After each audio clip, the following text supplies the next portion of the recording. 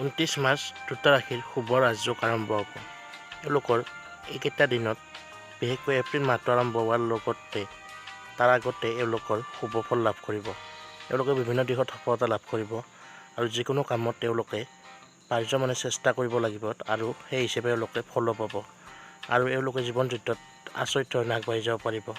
জীৱনত সুখ লাভ কৰিব, আৰ্থিক অৱস্থা মজবুত হ'ব, ব্যৱসায়ীসকলৰ আমদানি বাঢ়িব, চাকৰিৰ ক্ষেত্ৰত বেয়া নহয়, বিবাহৰ যোগ আছে, লগতে যিসকল বিবাহিত তেওঁলোকৰ সম্পৰ্ক উন্নত হ'ব।